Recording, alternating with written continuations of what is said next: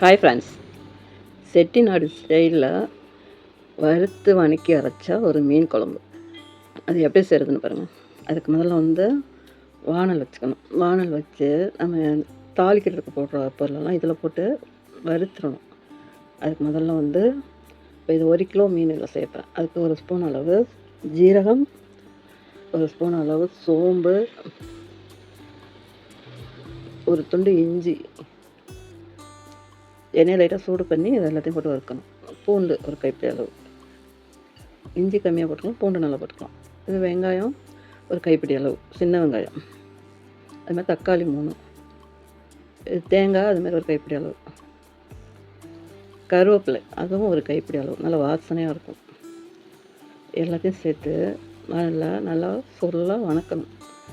சுருளாக வணக்கிட்டு இது 1 பச்சை மிளகாய் சுருளை வணக்கினதை ஆற வச்சிடணும். இதில் வணக்கினதில் நமக்கு இந்த குழம்புக்கு போடுற குழம்புத்தூள் அது இப்போ 1 கிலோ மீனுக்கு நம்ம எவ்வளோ தூரம் குழம்பு கூட்டுவோமோ அதுக்கு தகுந்த மாதிரி குழம்புத்தூள். இப்போ அது 1 கப்பில் 1/2 கப்பு போடுறேன் நான். அதாவது மல்லித்தூளுக்கு பதிலாக குழம்புத்தூள் போடுறோம். மல்லித்தூள் இருக்கிறவங்க மல்லித்தூளை போட்டுக்கலாம், குழம்புத்தூள் இல்லாதவங்க.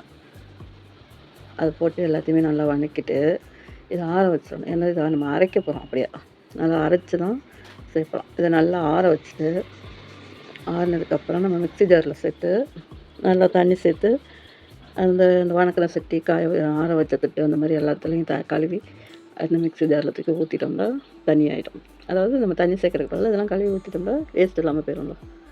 அதை நைஸாக அரைச்சி எடுத்து வச்சுக்குவோம். அதுக்கப்புறம் மீன் குழம்பு வைக்கிற பாத்திரம் வச்சு எண்ணெய் சேர்த்து வெந்தயத்தை பொரிய விடணும். வெந்தயம் நல்லா பொரியணும். அதோட கொஞ்சம் காஞ்ச மிளகாய், இதில் மறுபடியும் வெங்காயம் தக்காளி எதுவுமே போட மாட்டோம்.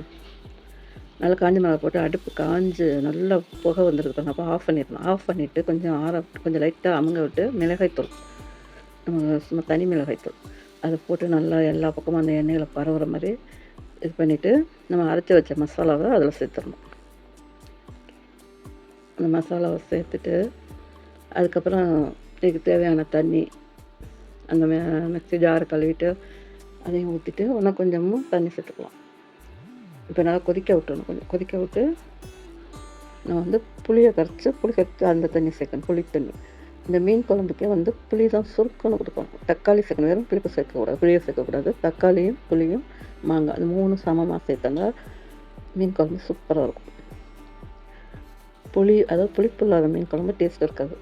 புளிப்போடு சேர்ந்த மீன் குழம்பு தான் சூப்பராக இருக்கும். இதுக்கு மேற்கொண்டு கொஞ்சம் தண்ணி சேர்த்துக்கிட்டு குழம்பு நல்லா கொதிக்க விடணும். இதில் வாசனை வர்றதுக்கு ஒன்றும் பிரச்சனை இல்லை. ஏன்னா எல்லாத்தையுமே வணக்கிட்டோம்.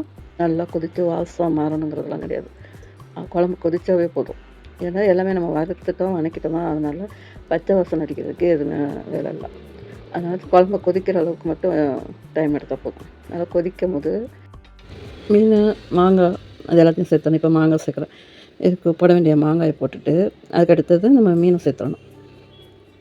மீனையும் அதில் சேர்த்துட்டோம்னா ஒரு கொதிச்சாவே போதும். ஏன்னா ரொம்ப கொதிச்சாலும் உடஞ்சிடும் மீன். கொஞ்சம் ஓரளவுக்கு இதாக கொதிக்கும். கொஞ்சம் ஹையில் வச்சு ஒரு கொதிச்சோன்னா கொஞ்சம் ஸ்லோவில் போட்டு அடுப்பை ஆஃப் பண்ணிட்டோம்னா மீன் பக்குவமாக வெந்திருக்கும். ரொம்ப உடஞ்சி போயிடாமல் நிதானமாக வெந்திருக்கும். ரொம்ப போட்டு தளன்னு கொதிக்க விட்டால் தான் அப்படியே ஒரு மாதிரி கரைஞ்ச மாதிரி போயிடும் மீன். லைட்டாக கொதிக்க வச்சு எடுத்தாவே மீன் சூப்பராக இருக்கும். பிடிச்சிருந்தா லைக் பண்ணுங்கள். செட்டிநாடு ஸ்டைலில் சூப்பரான வறுத்து அரைச்ச மீன் குழம்பு ரெடி. பிடிச்சிருந்தா லைக் பண்ணுங்கள்.